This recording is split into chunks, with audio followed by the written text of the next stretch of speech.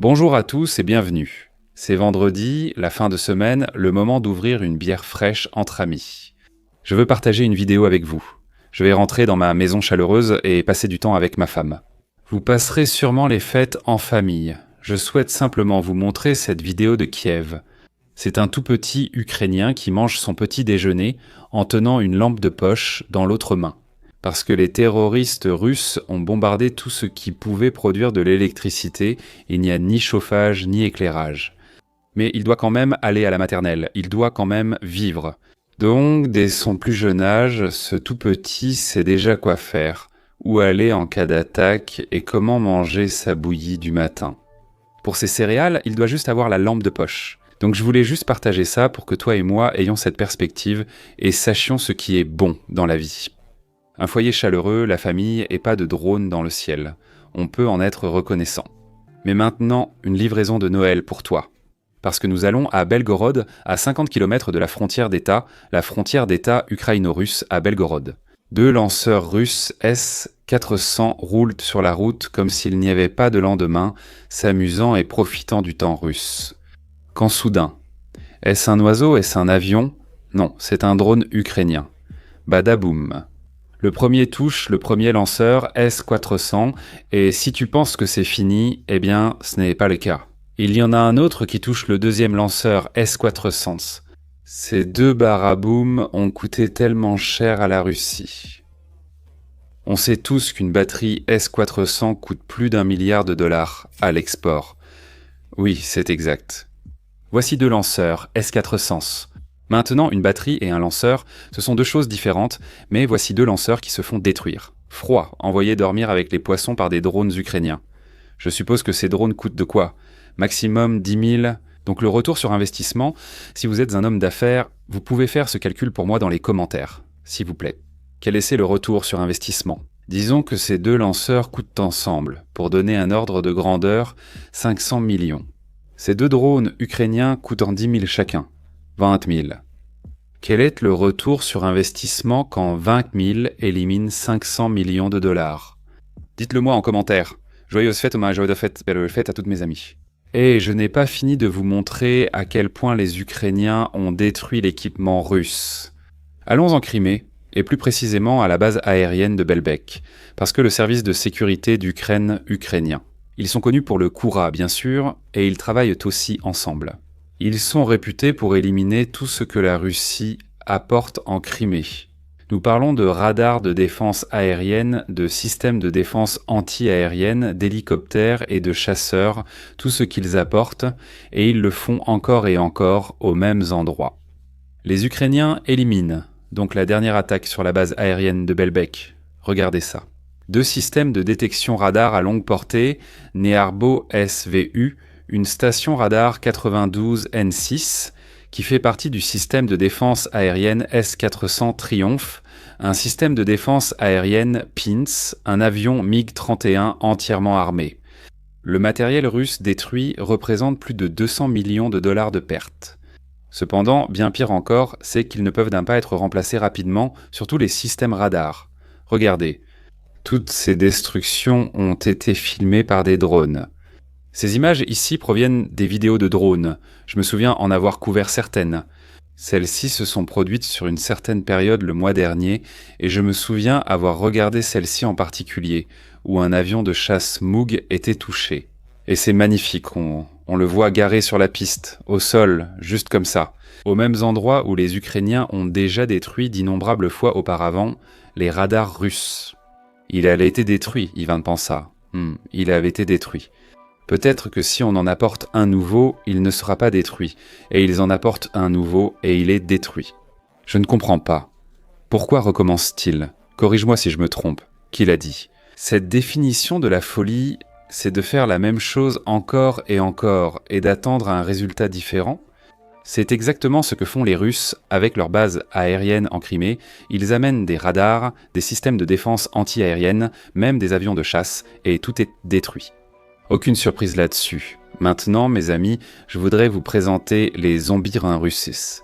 Avez-vous déjà vu des zombies russes ? Vous avez sûrement déjà vu des zombies occidentaux, car si vous regardez The Walking Dead ou un film de zombies, ce sont eux. Voici les zombies russes, et ils sont bien réels, ils ne sont pas inventés. Regardez ce type qui se promène comme un vrai zombie. Il colle parfaitement au personnage. Ils ont trouvé une flaque d'eau. Bien sûr, ils doivent boire cette eau boueuse parce que ils veulent absorber toutes ces bactéries et les cadavres qui se sont décomposés dans cette eau. Ils veulent quand même vraiment ingérer tout ça parce que c'est la saison des fêtes. Il faut bien mettre un peu d'ambiance festive dans ton estomac, tu vois. Alors ces zombies, bien sûr, ils vont remplir leurs bouteilles dans cette flaque boueuse où leurs camarades se sont décomposés. Youpi, joyeuse fête, mes amis. Cette vidéo montre d'abord que la logistique russe est défaillante si elle n'arrive même pas à fournir de l'eau à ces unités de première ligne. Je ne pense même pas qu'ils aient un intérêt à le faire parce que ces gars-là, la façon dont ils marchent, la façon dont ils se tiennent, vous le savez peut-être déjà. Ils font partie de la plus basse hiérarchie des unités de l'armée russe, ce sont les assaillants de chair à canon. Storm Z ou peu importe leur nom. On ne leur donne généralement ni nourriture, ni eau et 1 ou 2 chargeurs seulement. Ils sont là pour épuiser les munitions ukrainiennes, les drones, les tirs de mortier. Ils ont réussi à survivre, donc ils ont besoin d'eau, alors ils vont marcher comme des zombies jusqu'à la flaque la plus proche et la boire. Comme vous pouvez le voir, le mouvement est très similaire à ce qu'ils font dans la ville russe. Quand ils rentrent, ils boivent de la vodka comme ça et ils vont avoir la diarrhée, si tu vois ce que je veux dire. Mes amis, voyageons à Pokrovsk et Kupiansk, un grand succès pour l'armée ukrainienne. Pokrovsk, une situation plus difficile, mais ce n'est pas contrôlé par les Russes, contrairement à ce que les Russes prétendent. Comme pour Kupiansk, c'était un mensonge, prouvé par la présence de Zelensky à Kupiansk. Maintenant, les Ukrainiens contrôlent comme 90% de Kupiansk. Donc Pokrovsk, je veux vous montrer à quel point la Russie perd réellement des effectifs à Pokrovsk. C'est bien plus que ce que vous pourriez penser. 790 soldats russes ou têtes russes d'une seule unité sont morts à Pokrovsk. Ceci concerne seulement une unité, selon un infirmier militaire russe avec 900 autres qui ont déserté. D'après des chiffres ayant fuité, un autre soldat de la même unité affirme que les pertes atteignent entre 80 et 90%. Pokrovsk est un hachoir à viande. On pourrait la comparer à la bataille de la Somme ou à d'autres batailles similaires, ayant duré des mois, voire plus d'1 an. Lors de la Première Guerre mondiale, où des centaines de milliers d'hommes étaient envoyés pour prendre 100 mètres, 200 mètres ou traverser une forêt, c'est ça Pokrovsk, c'est un véritable hachoir à viande. La médecin anonyme affirme servir dans la 39e brigade séparée de fusiliers motorisés de la garde unité militaire 35-390 à Pokrovsk. Elle décrit comment elle était en première ligne avec de jeunes gars âgés de 19 ou 20 ans. Et je cite maintenant. Ils couraient partout et nous avions des abris. Je pense, et je dis non, qu'ils ont foncé tout droit dans un champ de mines ukrainien et que ça les a littéralement déchiquetés. Eh bien, ce n'est pas comme s'il y avait eu 200 morts, aucun d'entre eux n'est mort dignement, ils ont juste été horriblement déchiquetés. Nous avons couru, les médecins les ont évacués. L'un avait le talon arraché, un autre était salement amoché, un autre encore est arrivé avec une épaule transpercée dans son bras. Ils nous ont envoyé 2 jeunes putains de snipers. Ils n'ont passé qu'une putain de journée avec nous dans la tranchée. Puis bam, on est allé en première ligne. L'évacuation a été un échec total. On court comme des fous, je dis. Où sont les putains de snipers ? Il n'y a pas de putains de snipers. Ils se sont barrés. Il y avait toujours ce genre de merde là-bas. Les enfoirés s'en prenaient un de plein la gueule. Je ne peux pas le dire, mais il y en avait tant. Ils courent on ne sait où, puis il faut aller les chercher et les emmener. Regarde, j'ai ces listes, j'ai 48 pages, ceux-là sont morts, ceux-là sont à nous. Au total, si tu comptes 790 personnes maintenant, je ne sais pas quelle taille a cette unité. C'est évidemment plus grand qu'un bataillon ou qu'un groupe tactique. Parce que ça, c'est environ 9 cents.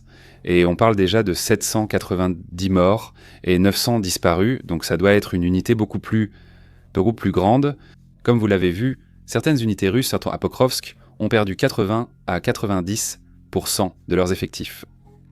Et encore une fois, ici, on parle des unités de la plus basse hiérarchie, qui sont les assaillants de choc, qui sont juste là pour attaquer, encaisser et gaspiller les munitions ukrainiennes. Donc le VDV, ou ceux qui arrivent après eux, les unités blindées, peuvent intervenir lorsque les Ukrainiens rechargent, changent le manche de position ou se relancent. Donc oui, les assaillants subissent entre 80 et 90% de pertes. Incroyable, ces chiffres rappellent la Première Guerre mondiale. Regardons une vidéo au lieu d'en discuter seulement. Je vous le décris déjà, mais je vais simplement vous montrer une vidéo. Cela arrive chaque jour à Pokrovsk, surtout par brouillard, quand les Russes envoient de nombreux soldats.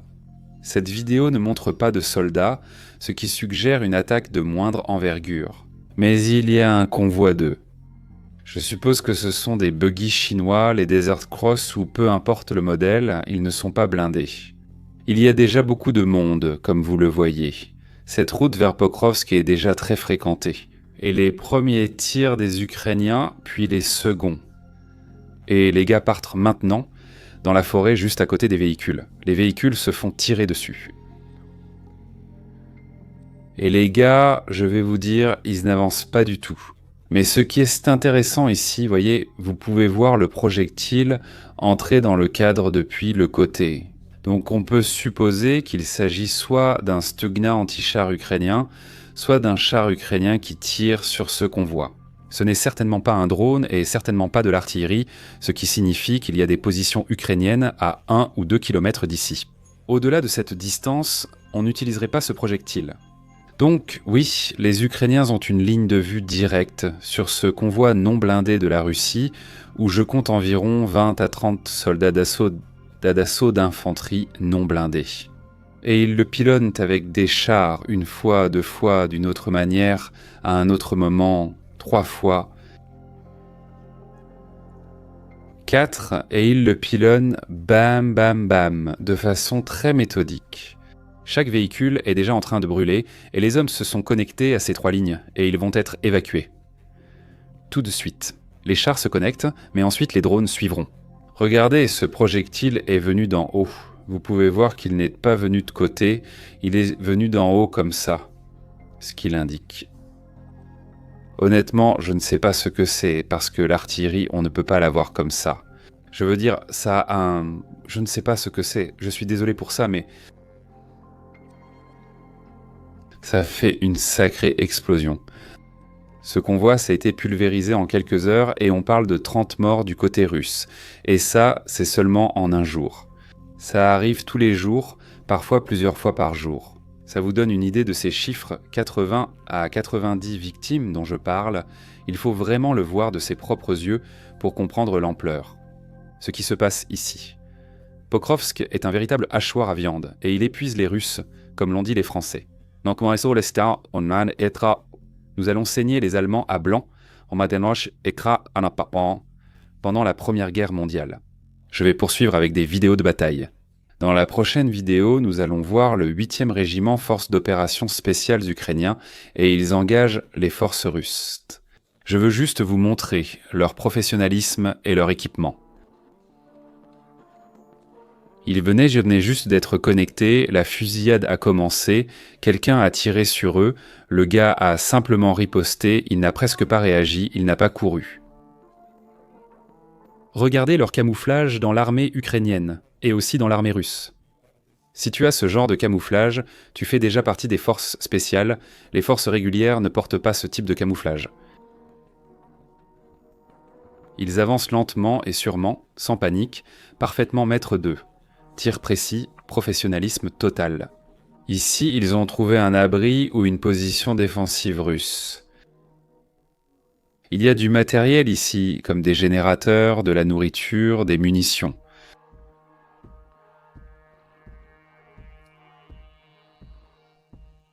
Vous pouvez voir le silencieux connecté à l'arme de ce gars. Quelqu'un leur tire encore dessus. Ils avancent méthodiquement, lentement, sans panique, à travers ces positions. Si quelqu'un tire, ils ripostent, s'approchent d'eux et les éliminent. C'est ce qui s'est passé ici, aussi si j'avance rapidement. Ils ont éliminé un combattant russe, les autres ont fui la position. Alors maintenant, revenons sur la ligne de front. Kupiansk, après avoir évoqué Pokrovsk, voici la carte actuelle. Il y a environ 200 combattants russes cachés dans la ville. Pourtant, ils sont encerclés. Un peu comme à Dobropilia, il y a ici aussi 3 poches de troupes russes, jusqu'à 200 d'entre eux maintenant. C'est un grand succès pour l'armée ukrainienne. Parce qu'il y a plus d'un mois, vous connaissez tous l'histoire de la façon dont Gerasimov a affirmé. Le ministre de la Défense, Bello Usosov, et un autre responsable ont déclaré que Kupiansk était prise et nettoyée des combattants ukrainiens. Ils l'ont dit il y a plus d'un mois. Regardez la vidéo, ne me croyez pas, voyez par vous-même. Perturbation de la vie paisible des civils. Le groupement militaire occidental a pris le contrôle de la stratégique Kupiansk. C'est ce qu'a déclaré le ministre russe de la Défense, Bello Usosov, le plus haut gradé de l'armée russe, à Poutine, alors que l'ennemi tente en vain de reprendre la ville. C'était une voie d'approvisionnement clé pour les unités dans la zone de l'opération militaire spéciale. Cela aidera à étendre les zones de sécurité dans la région de Kharkiv et à réduire les menaces de bombardement ennemis sur les districts nord de la République populaire de Louhansk. Actuellement, ils sont éliminés. Ce ministre de la Défense de l'armée russe, le ministère. La salle est pleine d'officiers. Il y a Gerasimov présent, qui est le chef d'état-major, et il y a Poutine présent. Ce qui veut dire que tout est en ordre. Qui prend les décisions, et il ment comme ça. Combien cela va-t-il coûter cher ? Parce qu'ils vont maintenant donner des ordres en se basant sur l'information qu'ils contrôlent Kupiansk, alors que ce n'est pas le cas. Les ordres sont d'avancer depuis Kupiansk. Attaquer, attaquer, attaquer. Nous avons l'élan. Ils ne le font pas parce que, à Kupiansk, les soldats russes sentent l'artillerie sont encerclés à Kupiansk. C'est vraiment grave. Mais comment les Ukrainiens ont-ils réussi à faire cela ? Ce n'est pas simplement une contre-offensive localisée. Cela dure depuis presque 2 mois. Ils mènent une opération d'attaque sur plusieurs axes. Regardez ça. Les F-16 et MiG-29 ukrainiens ont bloqué les renforts russes en détruisant des ponts et des lignes d'approvisionnement près de la rivière Oskil. Je me souviens de cela en novembre, j'ai vu ces petits ponts exploser à cause des bombes planantes ukrainiennes et je n'arrivais pas à faire le lien. Pourquoi font-ils ça ? À l'époque, ces ponts n'avaient pas été détruits depuis 3 ans. Pourquoi maintenant ? Je me posais la question. Maintenant, nous avons une vue d'ensemble. Les équipes au sol ont ensuite fermé le corridor près de Dvorichna, capturé ou éliminé des soldats russes et démantelé des postes de commandement. La Russie a tenté de frapper le barrage de Betcheniki pour arrêter l'Ukraine, mais les inondations qui en ont résulté ont isolé leurs propres troupes à la place. Je me rappelle que les Russes ont frappé ce barrage, comme mentionné dans mon reportage. Je ne comprends toujours pas pourquoi cela s'est produit maintenant. Parce que ce barrage était là, près de la ligne de front, avec le plus grand réservoir d'eau derrière lui depuis 3 ans. Et les Russes ne l'avaient pas frappé. Pourquoi l'ont-ils frappé ? Maintenant, on comprend. Ils ont paniqué et ont voulu inonder toute la région, pour empêcher les Ukrainiens de mener leur opération de contre-offensive. Des unités russes désespérées ont tenté de bâtir de longs ponts sur les marais. Les drones ukrainiens les ont anéantis en quelques minutes. Avec Kupiansk complètement encerclé, les groupes d'assaut ukrainiens ont libéré plus de 40 km². Le président Zelensky s'est rendu à 500 mètres du lieu où Poutine avait revendiqué le contrôle total et récompensé les troupes de première ligne. C'est particulièrement important maintenant, car depuis 2 mois, ce processus de paix répugnant entre Donald Trump et Poutine est en cours. Et Donald Trump, pour une raison que je n'arrive toujours pas à comprendre, prend ces informations auprès des Russes qui affirment que Kupiansk leur appartient. Zelensky était à Kupiansk, c'était juste là, Kupiansk est l'Ukraine, et elle a été libérée par les Ukrainiens. Il contrôle à la zone urbanisée. Trump pousse l'Ukraine vers une paix injuste, affirmant que sans cela, les Russes les submergeront, alors que c'est l'inverse. L'Ukraine vient de le prouver, ils vont submerger les Russes dans la région de Kupiansk. Veuillez transmettre cette information à Donald Trump. Parce que, pour une raison quelconque, il croit encore les sources russes, qui lui mentent ouvertement ainsi qu'à tout le monde, à leurs propres officiers. Gerasimov ment à Poutine, Bello Usosov ment à Poutine, Poutine ment au public. Et les officiers subalternes mentent aux supérieurs. C'est fou, et je veux juste vous montrer ce petit extrait du chef d'état-major ukrainien, le général Tsirsky. La raison pour laquelle cela concerne Zelensky à Kupiansk, c'est que les Ukrainiens ont souvent montré qu'ils dirigent par l'exemple. Zelensky était à Bakhmout lorsque Bakhmout était assiégé, il a visité Avdiivka et maintenant il a visité Kupiansk. C'est à 1 km de la position russe la plus proche. Il montre que sa vie n'est pas aussi précieuse pour lui que la vérité. Et ici, je vous présente le général Tsirsky, le chef des forces armées ukrainienne, très proche des lignes de front, avec les troupes en train de visiter les positions. Surveillant la situation, obtenant les informations directement du terrain. C'est dirigé par l'exemple. Et je n'ai jamais vu Poutine faire cela, je n'ai jamais vu Bello ou Sossov faire cela, ni Gerasimov, personne. La plus proche qu'ils aient été du front, c'est quoi ? 50 km, peut-être dans un abri souterrain, dans un bunker, ça c'est la ligne de front en plein cœur de l'action. Nous avons vu Zelensky le faire, nous voyons Syrski le faire, montrer l'exemple, ce qui nous donne une autre indication de cela. Ils se battent pour leur survie et aucun de ces hommes n'accorde plus de valeur à leur propre vie qu'à la survie de l'Ukraine. Parler de la vérité que Donald Trump doit entendre et que les dirigeants des pays européens, en particulier ceux d'Europe centrale et du Sud, doivent entendre.